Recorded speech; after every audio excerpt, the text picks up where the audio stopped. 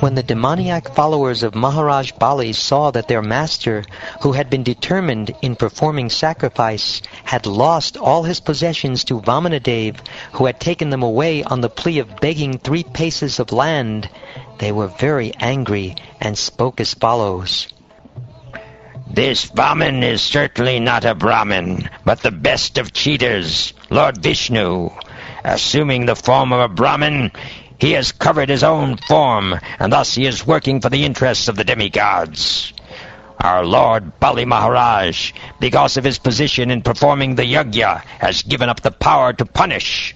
Taking advantage of this, our eternal enemy, Vishnu, dressed in the form of a brahmachari beggar, has taken away all his possessions.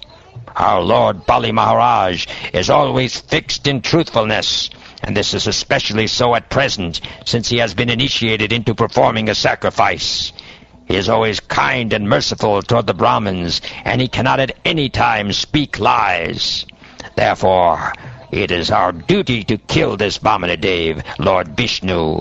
It is our religious principle and the way to serve our master.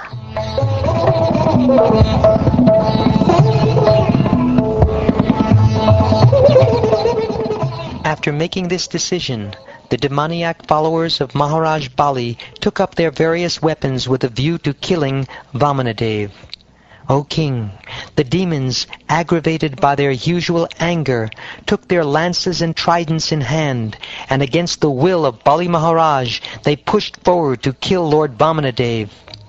O king, when the associates of Lord Vishnu saw the soldiers of the demons coming forward in violence, they smiled. Taking up their weapons, they forbade the demons to continue their attempt. Nanda, Sunanda, Jaya, Vijaya, Prabala, Bala, Kumuda, Kumudaksha, Vivaksena, Patatrirat, or Garuda, Jayanta, Shrutadev, Pushpadanta, and Satvata were all associates of Lord Vishnu. They were as powerful as 10,000 elephants, and now they began killing the soldiers of the demons.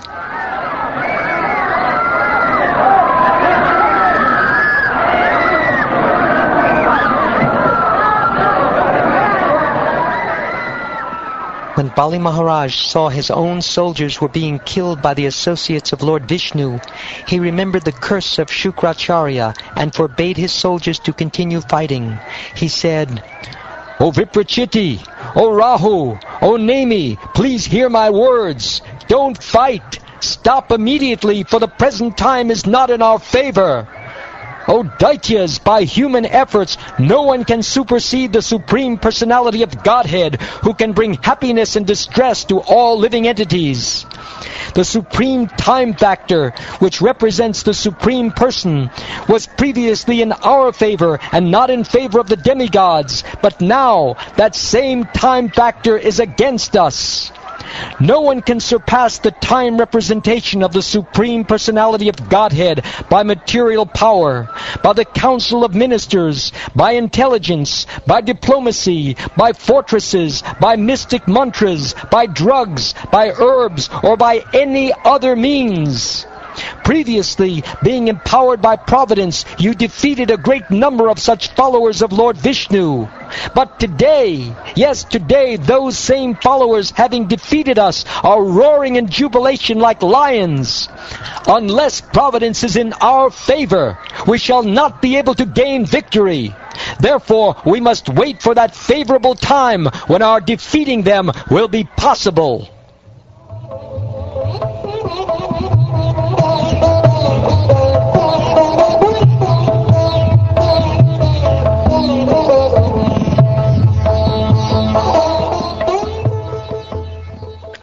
O king, in accordance with the order of their master, Bali Maharaj, all the chiefs of the demons and the Daityas entered the lower regions of the universe, to which they were driven by the soldiers of Vishnu.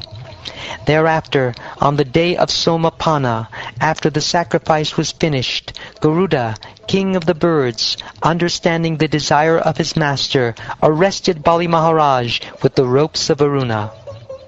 When Bali Maharaj was thus arrested by Lord Vishnu, who is the most powerful, there was a great roar of lamentation in all directions throughout the upper and lower planetary systems of the universe. O King, the Supreme Personality of Godhead, Vamanadev, then spoke to Bali Maharaj, the most liberal and celebrated personality, whom he had arrested with the ropes of Varuna. Bali Maharaj had lost all bodily luster, but he was nonetheless fixed in his determination. The Lord said, O King of the demons, you have promised to give me 3 steps of land, but I have occupied the entire universe with 2 steps. Now think about where I should put my 3rd. As far as the sun and moon shine with the stars, and as far as the clouds pour rain, all the land throughout the universe is in your possession. Of these possessions, with 1 step I have occupied Burloka, and with my body I have occupied the entire sky and all directions. And in your presence, with my 2nd step, I have occupied the upper planetary system. Because you have been unable to give charity according to your promise, the rule is that you should go down to live in the hellish planets. Therefore, in accordance with the order of Shukracharya, your spiritual master, now go down and live there. Far from being elevated to the heavenly planets or fulfilling one's desire, one who does not properly give a beggar what he has promised falls down to a hellish condition of life. Being falsely proud of your possessions, you promised to give me land, but you could not fulfill your promise. Therefore, because your promise was false, you must live for a few years in hellish life.